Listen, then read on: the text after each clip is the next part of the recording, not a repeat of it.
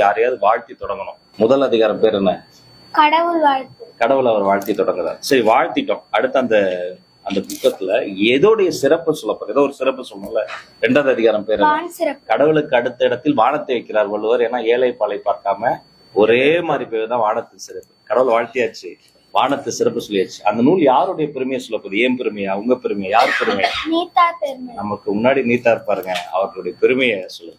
3 முடிஞ்சிருச்சு. கடவுள் வாழ்த்தியாச்சு, வானத்து சிறப்பு சொல்லியாச்சு, பெருமைன்னு சொல்லியாச்சு. The purpose of the book, இந்த நூல் எதை வலியுறுத்துது? மொத்த புக்குமே அறம்ங்க.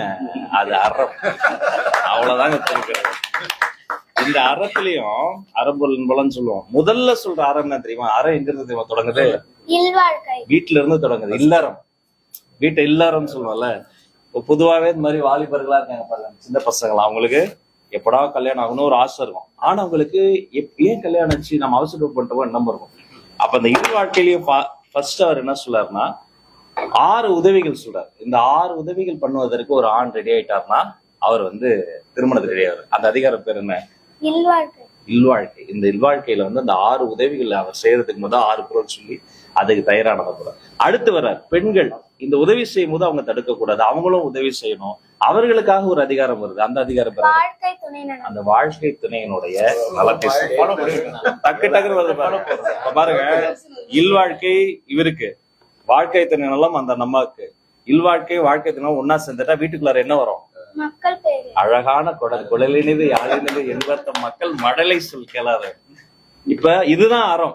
அவரு நல்லா உதவி செய்வாரு, இந்த அம்மா உதவி செய்வாங்க. அவங்களுக்கு ஒரு குழந்தை பிறந்துருச்சு. அந்த குழந்தையினுடைய சிறப்பு அவ்வளவு சிறப்பு. இப்ப அந்த வீட்டுக்குள்ளார ஒண்ணு பெருகும். குழந்தை வந்த பிறகு ஒரு உடைமை இருக்கும், வீட்டுடைமை, சொத்துடைமை எல்லாம் இருக்கும். ஒரு உடைமை கட்டுக்கடங்காமல் பெருகும். அது என்னது? அடுத்த அதிகாரம் பேரு அன்புடைமை. அதான் அன்பு. இதுதான் அறம். இப்ப பாருங்க, அப்பா அம்மா குழந்தை 3 பேரும் ரத்த சம்பந்தம், அதுக்குள்ளார அன்பு வருது. என்ன பண்றாரு வள்ளுவர்? அந்த ரத்த சம்பந்தம் இல்லாம ஒருத்தருக்கு அடுத்து தர்றோன்றாரு. அடுத்த அதிகாரம் பேர் என்ன? வீட்டுக்கு வந்த யாரோ ஒருத்தரை வாங்க சாப்பிடுங்க, வந்தவங்களுக்கு சாக்லேட் கொடுங்க, தண்ணி கொடுங்க, அப்புறம் தான் நாம சாப்பிட்டோமா இல்லையாமன்னு பார்ப்போம். இப்ப வீட்டுக்கு வந்தவங்களுக்கு அன்பா காட்டின அந்த விருந்தோம்பல். வீட்டுல இருந்து ஒருத்தர் வெளில போவார்ல, குழந்தை வளர்ந்துருச்சு. அப்ப அந்த குழந்தை வெளில போகுது, என்னத்த சொல்லணும்? நல்ல இனிய சொற்களை பேசணும், பாசிட்டிவா பேசணும். சில பேர் கத்திக்கிட்டே இருப்பாங்க தெரியுமா? ஏன் கத்துறாங்கன்னு அவங்களுக்கும் தெரியாது, கேட்கறவங்களும் தெரியாது. இது மாதிரி ஒவ்வொரு விஷயத்தையும் பார்த்து பார்த்து முற்றோதல் பண்ண 1330 குரலையும் இந்த குரல் அந்த குழந்தை இது குரல் குழந்தை. எல்லாம் கை தருங்க. உங்க கூட நான் ஒரு போட்டோ எடுத்துக்கவா? அவங்க 2 பேர் கூடயும் வாங்க.